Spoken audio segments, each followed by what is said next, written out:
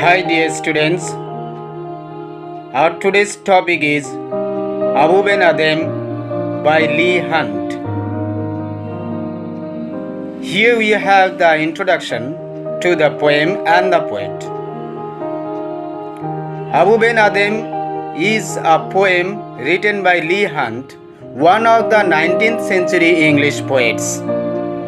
The poem was first published in 1838 as one of the pieces in a 3-volume entitled The Book of Gems. The poem tells a little story about the importance of loving one's fellow human beings. The story is based on the life of Abou Ben Adhem, a Muslim Sufi mystic from Persia who was venerated as a saint after his death. Ibrahim ibn Adhem or Abou Ben Adhem gave up a life of luxury in exchange for a simple life devoted to his fellow man, to God. Abou Ben Adhem, may his tribe increase, awoke one night from a deep dream of peace, and saw within the moonlight in his room, making it rich and like a lily in bloom, an angel writing in a book of gold. Exceeding peace had made Ben Adhem bold, and to the presence in the room he said, "What writest thou?" The vision raised its head, and with a look made of all sweet accord, answered, "The names of those who love their Lord." "And is mine one?" said Abou. "Nay, not so," replied the angel. Abou spoke more low, but cheerily still, and said, "I pray thee then, write me as one that loves his fellow men." The angel wrote and vanished. The next night it came again with a great awakening light, and shadowed the names whom love of God had blessed. And lo, Ben Adhem's name led all the rest. Now you have the summary of the poem. Abou Ben Adhem, summary in short. Abou Ben Adhem awoke one night from his deep sleep and saw an angel in his room writing something in its book of gold. Abou calmly asked the angel what it was writing. The angel answered that it was writing the names of those men who loved the God. Abou asked whether his name was in the angel's list. Getting a reply in the negative, Abou requested the angel to write his name as one of those who loved his fellow men. The angel wrote and vanished. The following night, the angel came again to show the list of those whom God has blessed. Abou Ben Adhem's name was on the top. This is the book of the angel. This is the golden book in which the angel has written the names of those people whom God has blessed. And see, Abou Ben Adhem's name was at the top in the list. Now we come to the explanation of the poems line by line. In the first stanza, the line is, Abou Ben Adhem, may his tribe increase. The poem opens with the name of the protagonist. Protagonist is the main character of any play or story or a poem. Here, the main character of the poem is Abou Ben Adhem. His name is mentioned. And a blessing upon him.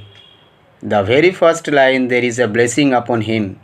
The use of the parenthesis in may his tribe increase indicates that this portion is not directly linked to the poem itself, yet this is a gesture by the poet to declare that here is a man worth remembering for generations to come.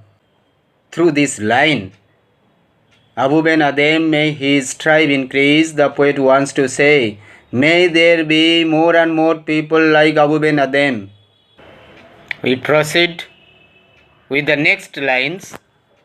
Awoke one night from a deep dream of peace and saw within the moonlight in his room, making it rich and like a lily in bloom, an angel writing in a book of gold.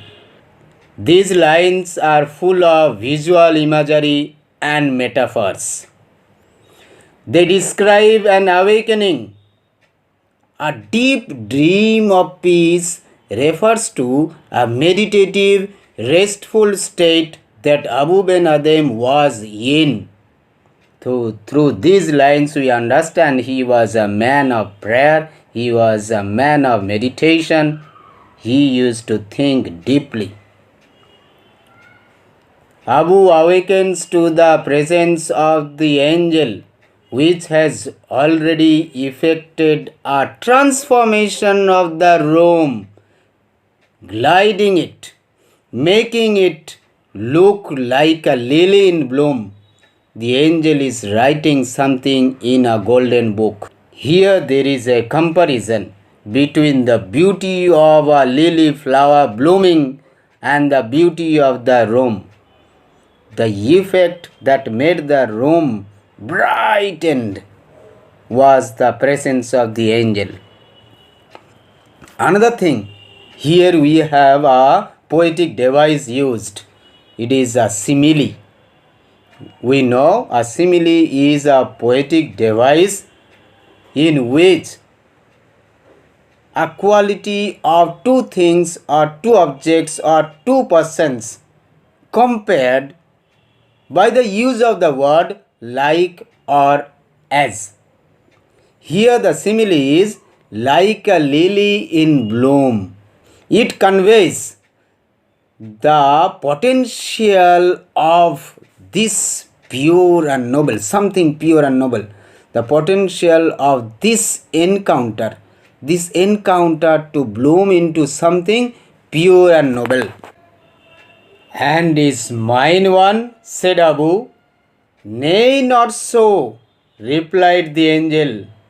Abu spoke more low, but cheerly still, and said, I pray thee then, write me as one that loves his fellow men. Eagerly Abu asks if his love for God has been worthy enough to earn him a place in the angel's heavenly book. The angel's negative answer comes in a kind but matter-of-fact way. But he still perseveres and humbly but cheerfully makes his iconic request to write his name as one who loves his fellow men. Think on the fact that Abou Ben Adhem is unsure about his love for God. He is not sure whether he has enough love for God to be enlisted in the angel's book. But he has deep confidence in his love for his mankind, in his love for his fellow beings. That is why with confidence he tells, write me as one that loves his fellow men. My dear students, sometimes we may doubt how much we love God, but we should have deep confidence in our love for our fellow beings. And this line is the essence of the poem. Explanations of the second stanza. The angel wrote and vanished. The next night it came again with a great awakening night. Our angelic host complies and leaves only to return in the next night. A poet now speaks of a second awakening. Here we see a great awakening light, meaning so bright that it rouses Abou Ben Adhem awake. Here, second time when the angel comes, he comes with an important message for Abou Ben Adhem. He comes and he showed the names whom love of God had blessed, and lo, Abou Ben Adhem's name led all the rest. This is the moment of truth, the point where most readers either smile or scoff. Whatever your reaction, this is where the poem bears the priorities of God. The angel now reveals the names whom God has blessed. To Abou Ben Adhem's astonishment, it is his name that leads everyone else. His love for mankind proved to be valued greater than the others' love of God. My dear students, loving God is important, but loving one's own human beings, one's own neighbors is more important. Next, here we have some critical analysis about the poem. Abou Ben Adhem by James Henry Leigh Hunt is a literary gem based on the spirit of fraternity, brotherhood, unity among all.